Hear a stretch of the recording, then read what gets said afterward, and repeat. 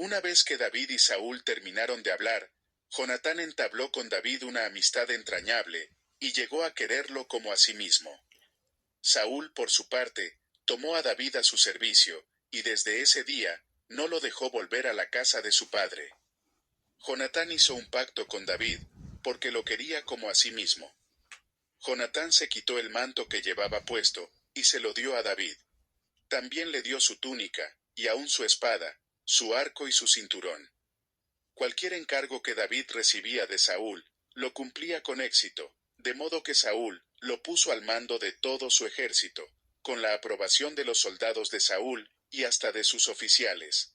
Ahora bien, cuando el ejército regresó, después de haber matado David al filisteo, de todos los pueblos de Israel, salían mujeres a recibir al rey Saúl. Al son de liras y panderos, cantaban y bailaban, y exclamaban con gran regocijo: Saúl mató a sus miles, pero David, a sus 10,000. Disgustado por lo que decían, Saúl se enfureció y protestó: a David le dan crédito por 10,000, pero a mí por miles, lo único que falta es que le den el reino. Y a partir de esa ocasión, Saúl empezó a mirar a David con recelo. Al día siguiente, el espíritu maligno de parte de Dios se apoderó de Saúl, quien cayó en trance en su propio palacio. Andaba con una lanza en la mano, y mientras David tocaba el arpa, como era su costumbre, Saúl se la arrojó, pensando: a este lo clavo en la pared.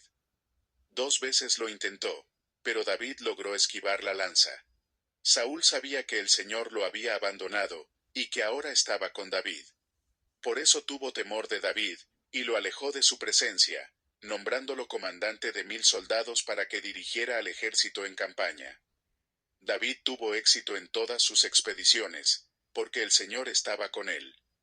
Al ver el éxito de David, Saúl se llenó de temor. Pero todos en Israel y Judá sentían gran aprecio por David, porque él los dirigía en campaña.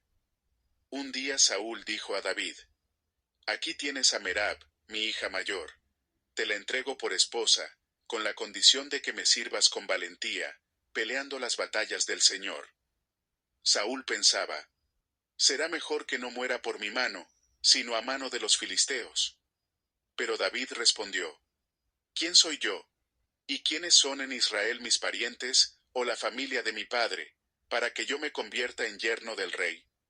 Sin embargo, cuando llegó la fecha en que Saúl había de casar a su hija Merab con David, Saúl se la entregó por esposa a Adriel de Mejolá. Mical, la otra hija de Saúl, se enamoró de David. Cuando se lo dijeron a Saúl, le agradó la noticia y pensó: se la entregaré a él, como una trampa para que caiga en manos de los filisteos. Así que volvió a decirle a David: ahora sí vas a ser mi yerno. Entonces Saúl ordenó a sus funcionarios: hablen con David en privado y díganle: oye, el rey te aprecia, y todos sus funcionarios te quieren. Acepta ser su yerno. Esto se lo repitieron a David, pero él respondió: ¿creen que es cosa fácil ser yerno del rey? Yo no soy más que un plebeyo insignificante. Los funcionarios comunicaron a Saúl la reacción de David, pero Saúl insistió: díganle a David, lo único que el rey quiere es vengarse de sus enemigos, y como dote por su hija, pide 100 prepucios de filisteos. En realidad, lo que Saúl quería era que David cayera en manos de los filisteos. Cuando los funcionarios de Saúl dieron el mensaje a David, no le pareció mala la idea de convertirse en yerno del rey. Aún no se había cumplido el plazo cuando David fue con sus soldados y mató a 200 filisteos, cuyos prepucios entregó al rey para convertirse en su yerno. Así fue como Saúl le dio la mano de su hija Mical. Saúl se dio cuenta de que, en efecto, el Señor estaba con David, y de que su hija Mical lo amaba.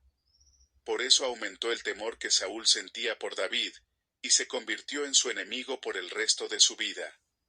Además, cada vez que los comandantes filisteos salían a campaña, David los enfrentaba con más éxito que los otros oficiales de Saúl.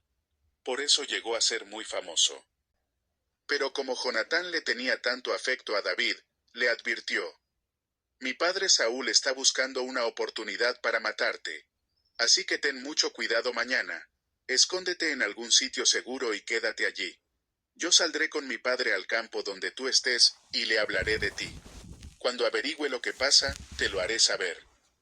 Jonatán habló a su padre Saúl en favor de David. No vaya su majestad a pecar contra su siervo David, rogó. Él no le ha hecho ningún mal. Al contrario, lo que ha hecho ha sido de gran beneficio para usted. Para matar al filisteo arriesgó su propia vida, y el Señor dio una gran victoria a todo Israel. Usted mismo lo vio y se alegró. ¿Por qué ha de pecar contra un inocente y matar a David sin motivo? Saúl hizo caso a Jonatán y juró: tan cierto como que el Señor vive, David no morirá.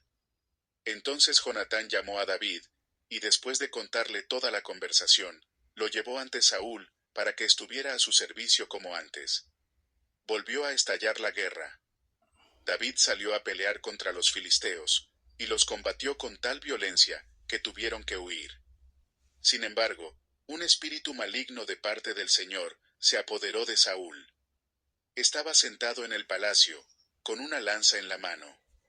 Mientras David tocaba el arpa, intentó clavarlo en la pared con la lanza, pero David esquivó el golpe de Saúl, de modo que la lanza quedó clavada en la pared. Esa misma noche David se dio a la fuga. Entonces Saúl mandó a varios hombres a casa de David, para que lo vigilaran durante la noche y lo mataran al día siguiente. Pero Mical, la esposa de David, le advirtió: si no te pones a salvo esta noche, mañana serás hombre muerto. Enseguida ella descolgó a David por la ventana, y así él pudo escapar. Luego Mical tomó un ídolo familiar, y lo puso en la cama con un tejido de pelo de cabra en la cabeza, y lo cubrió con una sábana. Cuando Saúl mandó a los hombres para apresar a David, Mical les dijo: está enfermo. Pero Saúl los mandó de nuevo a buscar a David. Tráiganmelo, aunque esté en su cama, para matarlo. Al entrar en la casa, los hombres vieron que lo que estaba en la cama era un ídolo, con un tejido de pelo de cabra en la cabeza. Entonces Saúl le reclamó a Mical: ¿por qué me has engañado así? ¿Por qué dejaste escapar a mi enemigo? Ella respondió: él me amenazó con matarme si no lo dejaba escapar. Después de huir y ponerse a salvo, David fue a Ramá para ver a Samuel, y contarle todo lo que Saúl le había hecho. Entonces los dos se fueron a vivir a Nayot. Cuando Saúl se enteró de que David estaba en Nayot de Ramá, mandó a sus hombres para que lo apresaran. Pero se encontraron con un grupo de profetas, dirigidos por Samuel, que estaban profetizando. Entonces el Espíritu de Dios vino sobre los hombres de Saúl, y también ellos profetizaron. Al oír la noticia, Saúl envió otro grupo, pero ellos también cayeron en trance. Luego mandó un tercer grupo, y les pasó lo mismo. Por fin, Saúl en persona fue a Ramá, y llegó al gran pozo que está en Secú. ¿Dónde están Samuel y David?, preguntó. En Nayot de Ramá. Alguien respondió. Saúl se dirigió entonces hacia allá, pero el Espíritu de Dios vino también sobre él, y Saúl estuvo en trance profético por todo el camino, hasta llegar a Nayot de Ramá. Luego se quitó la ropa, y desnudo y en el suelo, estuvo en trance en presencia de Samuel todo el día y toda la noche. De ahí viene el dicho: ¿acaso también Saúl es uno de los profetas? David huyó de Nayot de Ramá, y fue a donde estaba Jonatán. ¿Qué he hecho yo?, preguntó. ¿Qué crimen o delito he cometido contra tu padre, para que él quiera matarme? ¿Morir tú? De ninguna manera, respondió Jonatán. Mi padre no hace nada, por insignificante que sea, sin que me lo diga. ¿Por qué me lo habría de ocultar? Eso no es posible. Pero David juró y perjuró. Tu padre sabe muy bien que tú me estimas, así que seguramente habrá pensado: Jonatán no debe enterarse, para que no se disguste. Pero tan cierto como que el Señor y tú viven, te aseguro que estoy a un paso de la muerte. Dime qué quieres que haga y lo haré, respondió Jonatán. Sabes, dijo David, mañana es la fiesta de Luna Nueva, y se supone que yo debo sentarme a la mesa para comer con el rey. Pues bien, deja que me esconda en el campo hasta pasado mañana por la tarde. Si tu padre me extraña, Dile que yo insistí en que me dejaras ir enseguida a Belén, mi pueblo, pues toda mi familia estaba reunida allá para celebrar su sacrificio anual.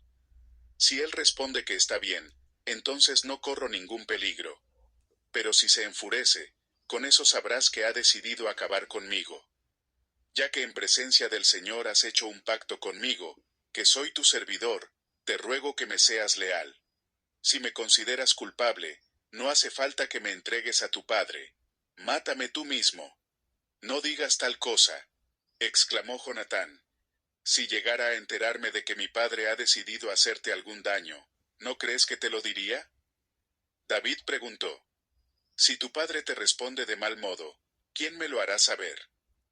Por toda respuesta, Jonatán invitó a David a salir al campo. Una vez allí dijo, David, te juro por el Señor, Dios de Israel, que a más tardar pasado mañana a esta hora, averiguaré lo que piensa mi padre. Si no corres peligro, de alguna manera te lo haré saber. Pero si mi padre intenta hacerte daño, y yo no te aviso para que puedas escapar, que el Señor me castigue sin piedad, y que esté contigo como estuvo con mi padre. Y si todavía estoy vivo cuando el Señor te muestre su bondad, te pido que también tú seas bondadoso conmigo, y no dejes que me maten. Nunca dejes de ser bondadoso con mi familia, aun cuando el Señor borre de la faz de la tierra a todos tus enemigos. Que el Señor pida cuentas de esto a tus enemigos. De ese modo Jonatán hizo un pacto con la familia de David, pues quería a David como a sí mismo. Por ese cariño que le tenía, pidió a David confirmar el pacto bajo juramento. Además dijo, mañana es la fiesta de Luna Nueva. Cuando vean tu asiento desocupado, te van a extrañar. Pasado mañana, sin falta, ve a donde te escondiste la otra vez, y quédate junto a la piedra de Esel. Yo fingiré estar tirando al blanco, y lanzaré 3 flechas en esa dirección. Entonces diré a uno de mis criados que vaya a buscarlas. Si digo, mira, las flechas están más acá, recógelas. Eso querrá decir que no hay peligro, y tan cierto como que el Señor vive, podrás salir sin ninguna preocupación. Pero si digo, mira, las flechas están más allá, eso querrá decir que el Señor quiere que te vayas, así que escápate, que el Señor sea siempre testigo del juramento que tú y yo nos hemos hecho. David se escondió en el campo. Cuando llegó la fiesta de Luna Nueva, el rey se sentó a la mesa para comer ocupando, como de costumbre, el puesto junto a la pared. Jonatán se sentó enfrente, mientras que Abner se acomodó a un lado de Saúl. El asiento de David quedó desocupado. Ese día Saúl no dijo nada, pues pensó, algo le habrá pasado a David, que lo dejó ritualmente impuro, y seguramente no pudo purificarse. Pero como al día siguiente, que era el segundo del mes, el puesto de David seguía desocupado, Saúl preguntó a Jonatán, ¿cómo es que ni ayer ni hoy vino el hijo de Isaí a la comida? Jonatán respondió, David me insistió en que le diera permiso para ir a Belén. Me dijo, por favor, déjame ir. Mi familia va a celebrar el sacrificio anual en nuestro pueblo, y mi hermano me ha ordenado que vaya. Hazme este favor, y permite que me dé una escapada para ver a mis hermanos. Por eso es que David no se ha sentado a comer con su majestad. Al oír esto, Saúl se enfureció con Jonatán. Hijo de mala madre, exclamó. ¿Crees que no sé que eres muy amigo del hijo de Isaí, para vergüenza tuya y de tu desgraciada madre? Mientras el hijo de Isaí viva en esta tierra, ni tú ni tu reino estarán seguros. Así que manda a buscarlo y tráemelo, pues está condenado a morir. ¿Y por qué ha de morir? Reclamó Jonatán. ¿Qué mal ha hecho? Por toda respuesta, Saúl le arrojó su lanza para herirlo. Así Jonatán se convenció de que su padre estaba decidido a matar a David. Enfurecido, Jonatán se levantó de la mesa, y no quiso tomar parte en la comida del segundo día de la fiesta. Estaba muy afligido porque su padre había insultado a David. Por la mañana Jonatán salió al campo para encontrarse con David. Uno de sus criados más jóvenes lo acompañaba. Jonatán le dijo, corre a buscar las flechas que voy a lanzar. El criado se echó a correr, y Jonatán lanzó una flecha que lo sobrepasó. Cuando el criado llegó al lugar donde la flecha había caído, Jonatán gritó, ¡Más allá! ¡La flecha está más allá! ¡Date prisa! no te detengas. Y así continuó gritándole Jonatán. Cuando el criado recogió la flecha y se la trajo a su amo, lo hizo sin sospechar nada, pues solo Jonatán y David sabían de qué se trataba.